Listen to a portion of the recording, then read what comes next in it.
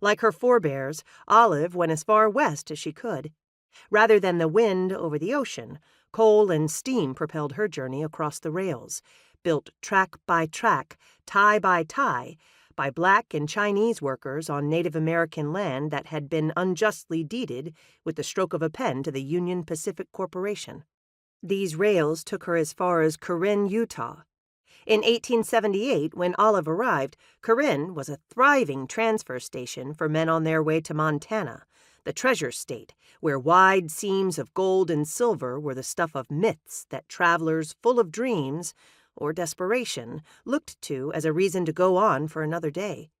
They came by the 100, then the 1,000, flooding a once pristine land with axes, dynamite, and guns. Olive might well have stayed in Corinne were it not for her uncle C.W. Barry, an outlaw made lawman after he killed a trio of bank robbers, or so he said, who acted as her and her sister's chaperone for the arduous journey. His wife had recently died, leaving him with an infant for whom he could do nothing but enlist the help of female relations. So he left the child, rode the rails back east, and collected his nieces, who were now looking upon a team of 7 mules hitched to a stagecoach that would be their mode of conveyance for the next 460 miles. Olive laughed, and kept laughing, even as a slippery blanket of pine needles made their wheels skid treacherously close to the edge of a precipice somewhere around the Port Neuf Range in the territory of Idaho.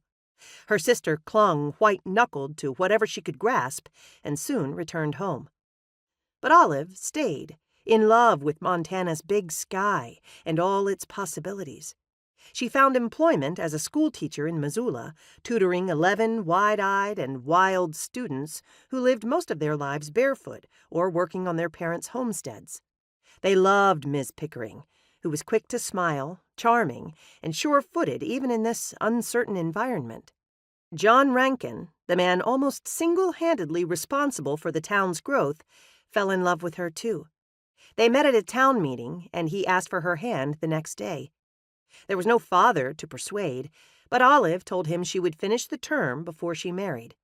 Her Puritan roots held her fast, even in this country where law was made by the strongest and wealthiest, both of which John was. Like most men, gold drew John to Montana. He poled up the Missouri River in a Mackinaw boat made for fur traders traveling down current, not against it. No wonder they ran aground on Crow Island, hundreds of miles from his destination. He walked the rest of the way with his brother Duncan, who, like Olive's sister, had accompanied him and, also like Olive's sister, was not made for Montana in those early days.